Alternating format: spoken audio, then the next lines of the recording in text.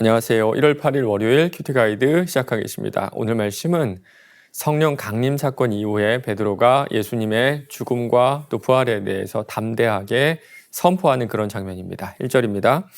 베드로는 예수님의 죽음과 부활을 어떻게 말하고 있습니까?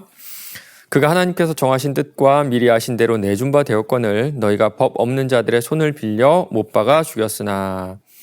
이 짧은 구절 안에 두 가지 메시지가 들어가 있거든요. 먼저는 하나님의 뜻이 하나님의 정하신 뜻이다. 이 말은요, 예수님께서 죽으시고 부활하시고 승천하신 이 모든 것이 하나님의 주권적인 일이다 라는 그런 뜻이고요.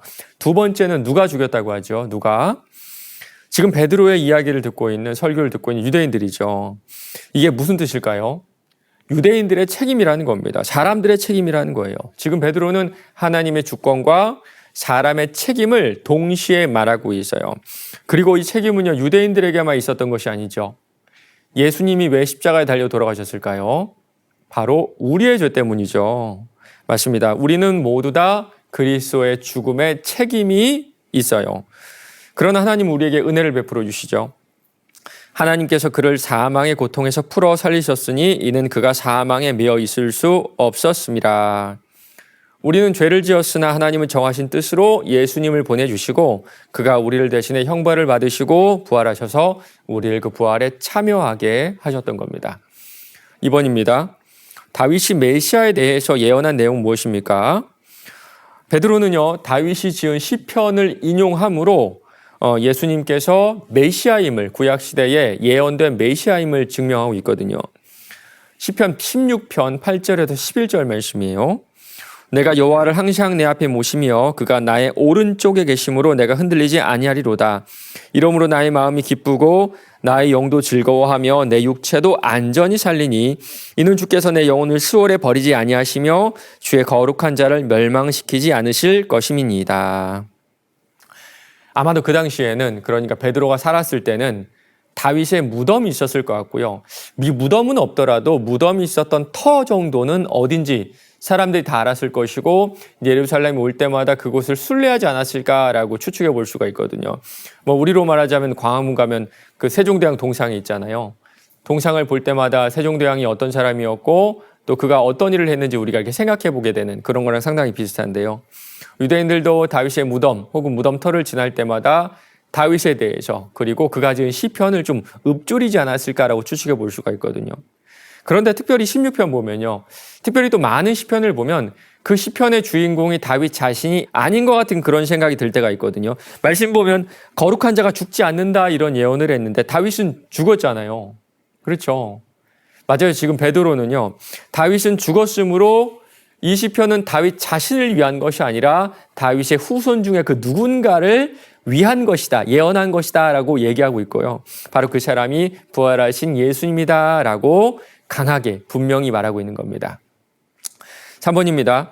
베드로와 사도들이 증거하고 있는 것은 무엇입니까? 32절 33절입니다. 이 예수를 하나님이 살리신지라 우리가 다 이 일의 증인이로다.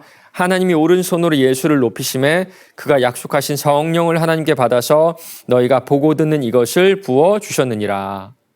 세 가지를 말하고 있는데요. 먼저는요, 예수님의 부활이죠. 부활.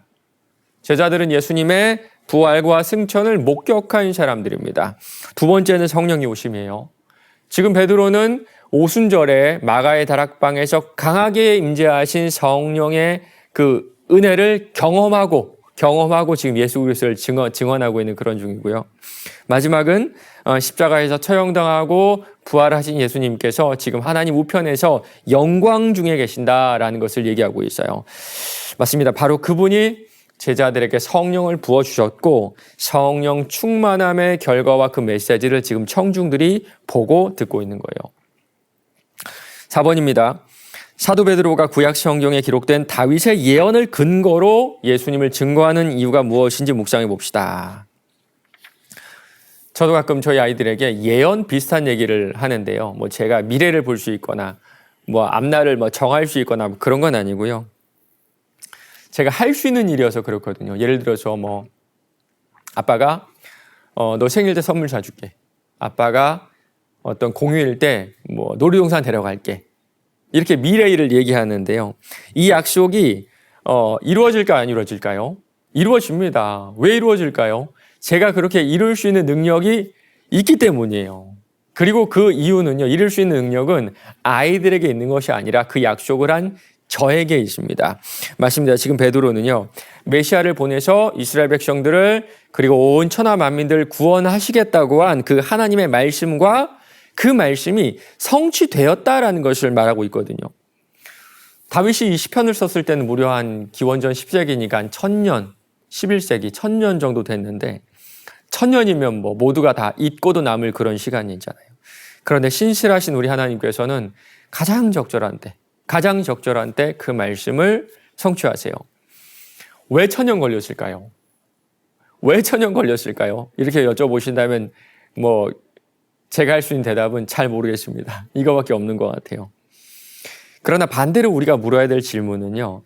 야, 하나님이 얼마나 신실하시면 1000년 전에 한 약속을 잊지 않으시고 이루실까 이거 아닐까요? 신실하신 하나님은 오늘도 우리 하나님이 되시고 우리가 잊고 있는 약속조차 그분은 기억하시고 또 지키시는 그런 분이십니다. 마지막 5번입니다. 말씀은 근거로 예수님을 증거하는 베드로를 보며 무엇을 느낍니까? 확신 있게 복음을 전하기 위해 지금 내가 해야 할 것은 무엇인지 생각해 봅시다. 베드로가 지금 이렇게 담대하게 전할 수 있는 이유는 딱 하나이지 않을까요? 오순절 성령 강림 사건. 성령께서 역사하셔야 우리 영혼에 빛이 비추고 그 말씀에 뜻이 있다는 것을 깨닫게 되거든요. 작년에 구약성경대학 하면서 제가 오시는 성도님들에게 연대를 외워라, 또 뭐 왕을 외워라, 사건을 외워라, 이렇게 지식적인 것을 많이 요구했습니다. 그래서 뭐 아브라함이 하란을 떠난 시기, 다윗이 왕위에 뭐 등극한 시기, 뭐 이런 것들 참 많이 외웠거든요. 성경을 공부할 때 정말 중요한 것들이에요. 그런데 그 말씀이 내 말씀이 되기 위해서는, 내 삶의 역사하는 말씀이 되기 위해서는 성령의 조명하심이 필요합니다. 조명하심이. 죄로 어두워진 내 영안을 하나님 말씀으로, 성령으로 비추어야, 빛이 들어와야 그때 그 말씀이 내 말씀이 되거든요. 뭐 성경을 원어로 줄줄 읽는다고 그것이 하나님 말씀은 아니에요. 설령 내가 하나님 말씀을, 성경 말씀을 다 외운다고 그것이 내 말씀도 아닙니다. 오직 성령께서 내 영혼을 조명하셔야 그 말씀이 오늘 살아있는 내 말씀이 되는 거예요. 하나님 말씀이 내 영혼을 비출 때 우리가 그때 주의 복음을 또 담대하게 전할 수 있지 않을까요? 오늘도 신실하신 하나님을 더 깊이 이해하고 전할 수 있는 하루 되시기를 주님의 이름으로 축원합니다.